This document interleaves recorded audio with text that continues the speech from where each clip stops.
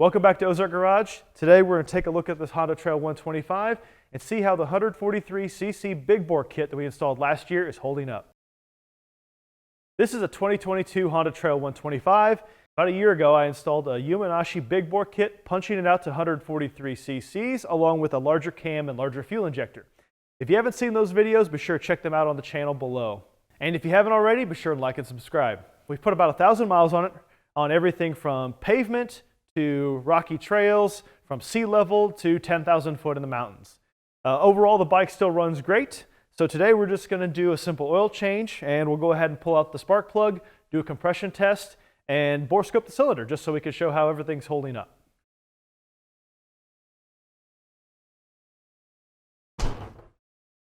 So this tube is the part of the center stand that you put your foot on and step on to cam the bike over onto the center stand. Well, it's bent here quite a bit back. I wonder how that happened.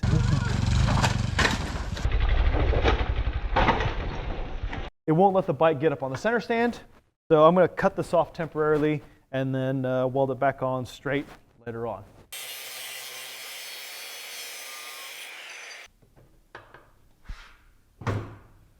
Under the drain plug, it's a 17 millimeter.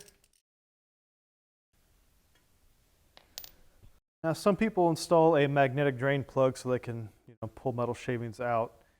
I did not install that. I might next time, but I didn't really order one in time. But nothing in the oil here that I see would alarm me. The oil Trail 125 does have a filter, but it's inside this right engine case down here at the bottom. So you have to buy a new engine case gasket, pull this whole thing off, including the kickstarter, your pegs, everything has to come off to get the filter that's inside there. So it's not really an every oil change type thing.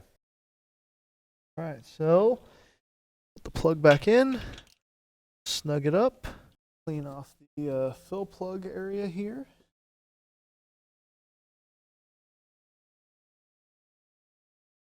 $800 fresh oil.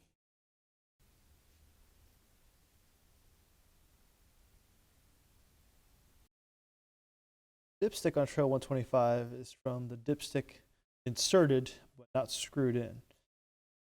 Got the right amount in there. This is a 5/8 spark plug socket to take the spark plug out. Looks like it's running pretty well. Not too rich, despite the larger injector.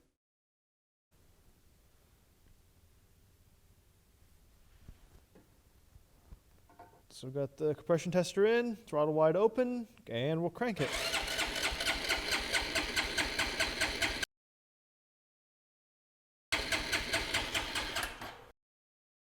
All right, so let's bore scope it and see what the inside of the cylinder looks like after 1,000 miles. So the cylinder wall still has a lot of cross-hatching. And the valves and combustion chamber all look good, so no concerns here.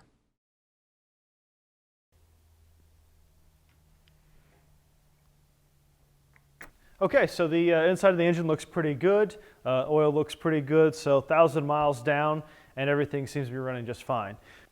So if you saw the episode where we installed the big bore kit, one of the reasons we chose the 143 over, say, the 165 or the 181 is didn't really want to compromise reliability that much. So there's always a trade-off, and the bigger displacements, you need things like an additional bearing, you need a heavier duty starter, you're going to wear more components. So the 143 here with the larger injector, we also didn't install a larger oil cooler. That's part of the reason for the larger injector is not only does it richen it up for the larger displacement, but also helps cool it.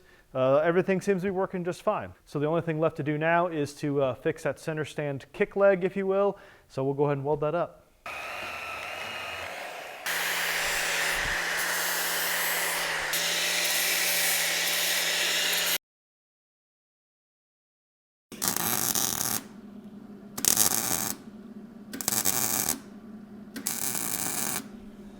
All right, so we got our oil changed and fixed some trail damage while we were at it. We're ready for thousands and thousands of more miles as far as I can tell.